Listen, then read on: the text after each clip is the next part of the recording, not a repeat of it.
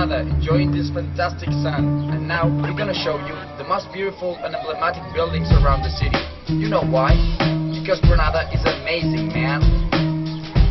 Today we still call the city Granada, which, throughout its 25th century history, has been the pride of all those who lived in it and defended it, thus who lost it and thus who won it. 25 centuries of inhabitants have not only given the city different names, but have also provided it with the multicultural material, the diversity of monuments, the religious and secular world of art, the roots and the sights and sounds only to be found in Granada. Iberians, Romans, Arabs, Jews and Christians have all considered this Granada to be their own.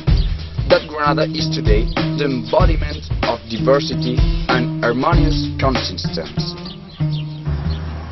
The first building that we are going to say is in the center, in the oldest part of the city, next to the Arabic Street and Plaza de Rambla. If you follow us, you are going to learn many things that you will never forget. You just have to pay attention and be patient.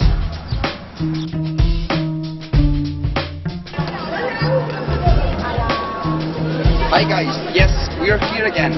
You probably know what Juan was talking about. If you don't, just in case, we were referring to the cathedral.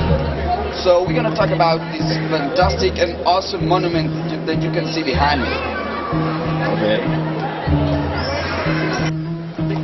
The cathedral is located almost at the exact center of the city, making it the perfect point to start walk around the heart of Granada. In 1501, the Catholic monarchs ordered it to be built as a symbol of Christianity on the exact site of the Great Mosque. It offers a mixture of styles. Its design was Gothic, it was built in the Renaissance style, and the facade, an Alonso Cano masterpiece, is Baroque. Part of its character lies in the columns along a nave. They are so huge to the human eye that they are arouse more amazement than meditation. Passing from one shop and one temptation to another, we come to the Plaza de Rambla, where wonderful lime trees freshen the air and flower stalls fill the square with colors. Yes, please, this is definitely a place to stop for a while and to get fresh. While you choose your next destination, you are in the little shopping area in the center, surrounded by pedestrian streets and campus bar. This is the reason because American guys comes here. Yeah. What's your name? Sure.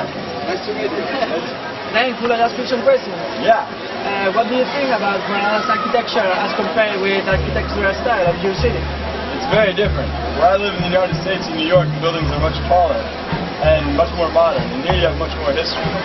Also, there's the Arab influence here that we don't have in the United States. Nice. Yeah, it's very different. Okay. Thanks. Thanks and enjoy yourself. Bye.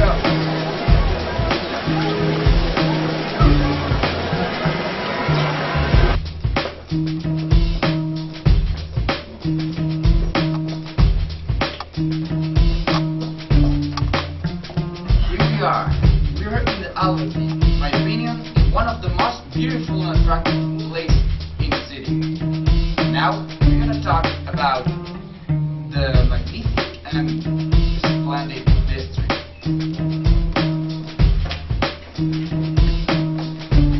Declared a World Heritage Site by UNESCO in 1994, the Labyrinth Albayzín is one of the oldest districts in Europe and is also almost a self-contained town in itself, whose popular, intimate and welcoming character has been preserved for over 1,000 years.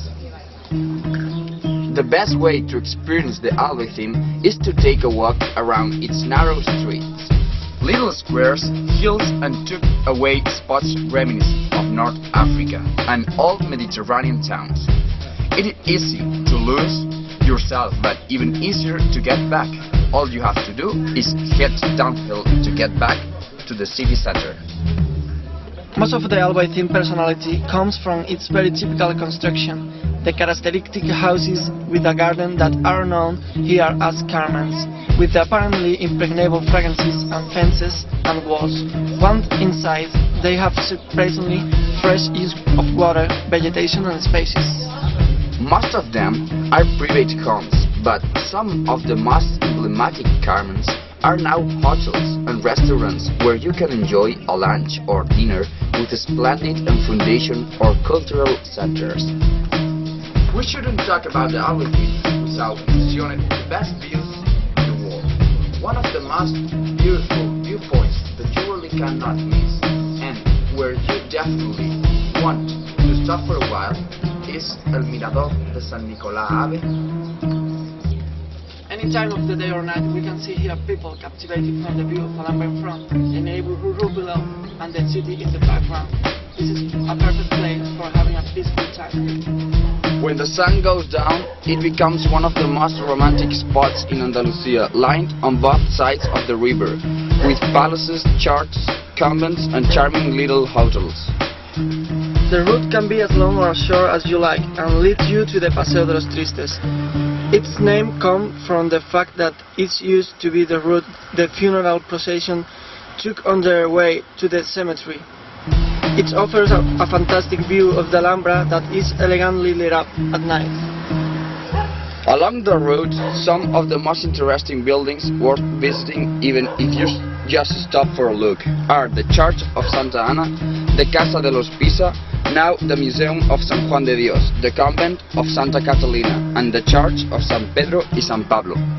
We have convened there for the end, the best building of the city, the Alhambra.